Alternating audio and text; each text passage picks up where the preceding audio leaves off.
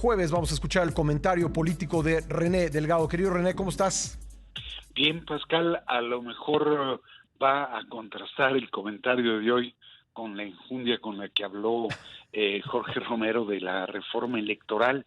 ¿Y por qué digo eso, Pascal? Además de saludarte a ti y desde luego al auditorio, porque aun cuando el periodo legislativo formalmente culmina el pasado mañana, el Congreso de la Unión lo dará hoy por concluido, y se presenten o no las iniciativas presidenciales de reforma constitucional al régimen electoral y a la Guardia Nacional, me parece de pronóstico reservado cuál pueda ser el destino de esas iniciativas. Y digo de pronóstico reservado porque obviamente, Pascal, no se va a convocar a un periodo extraordinario para atender esos proyectos legislativos en medio de la campaña electoral por las 6 gubernaturas en juego, y menos aún, y eso me llama mucho la atención de lo que dice Romero, me parece que lo minusvalora, mucho menos después de la campaña emprendida por Morena en contra de los 223 diputados opositores que votaron contra la reforma del sector eléctrico y a los cuales, incluso, de acuerdo con lo que dice Mario Delgado, pretenden acusar penalmente de traición a la patria. Me parece gravísimo. En el mejor de los casos, siempre y cuando se presenten esas iniciativas, se atenderán hasta el próximo periodo ordinario de sesiones que arranca en septiembre, momento en el que por el desencuentro político en curso es difícil determinar si habrá condiciones para abordarlas. De ahí la incertidumbre del destino de esas reformas que, no hay que olvidarlo, Pascal, se anunciaron desde el 10 de junio del año pasado. El presidente hizo aquel anuncio poco después de las elecciones intermedias. En ese sentido, si la decisión del gobierno y de Morena de acusar de traición a la patria a los diputados opositores es una balandronada para obtener dividendos electorales en los comicios de este mes de junio, tarde que temprano esa campaña le puede acarrear más costos que beneficios al país, así como al mismo grupo en el poder. De hecho, he visto algunas encuestas que ya muestran un desacuerdo de la mayoría de población con ese tipo de calificativos, querido René.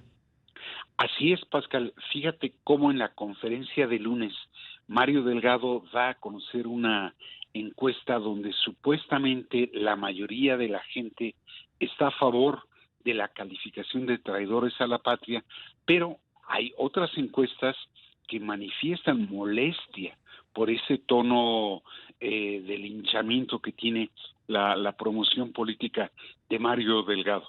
Y en ese sentido, creo que Morena se está metiendo en un laberinto porque a saber si más adelante podrá o no reconstruir los puentes de entendimiento con la oposición, y porque llevando a ese extremo la polarización puede rebasar sin querer o adrede los límites de la política e internarse en un callejón sin salida.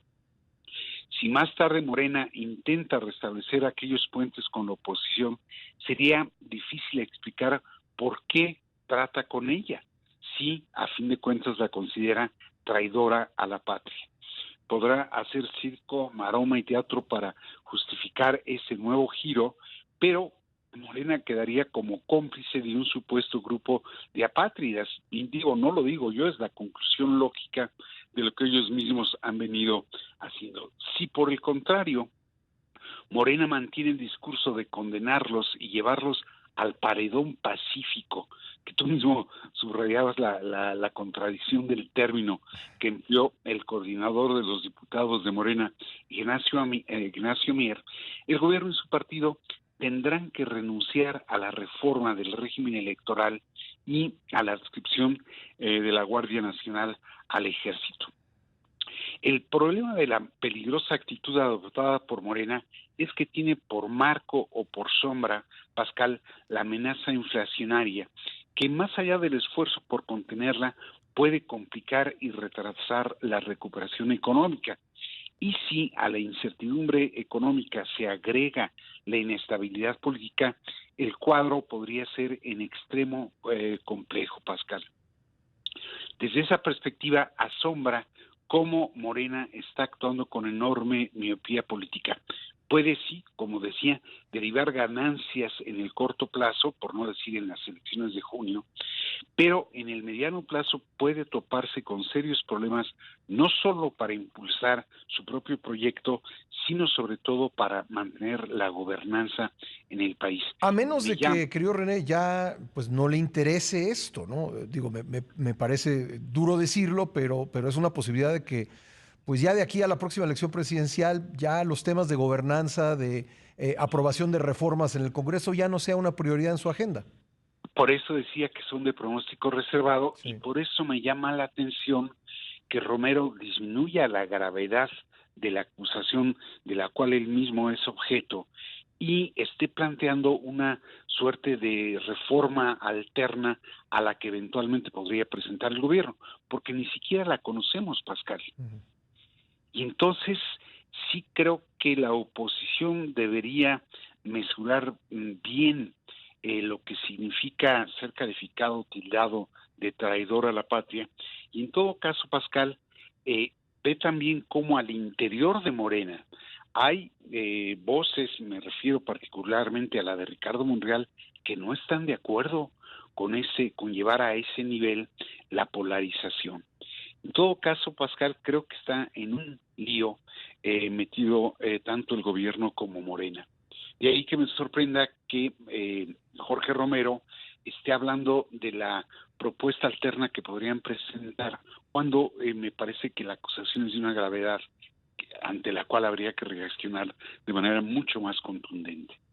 Pues sí, digo, ya algunos legisladores han acudido ante el Instituto Nacional Electoral en busca de que se defiendan sus garantías, de no ser acusado de algo que es un delito, porque la traición a la patria no es nada más pues un calificativo con el que pues en México y en muchos otros países se ha jugado políticamente. En el caso mexicano es es una condición legal, es un delito, pues, ¿no?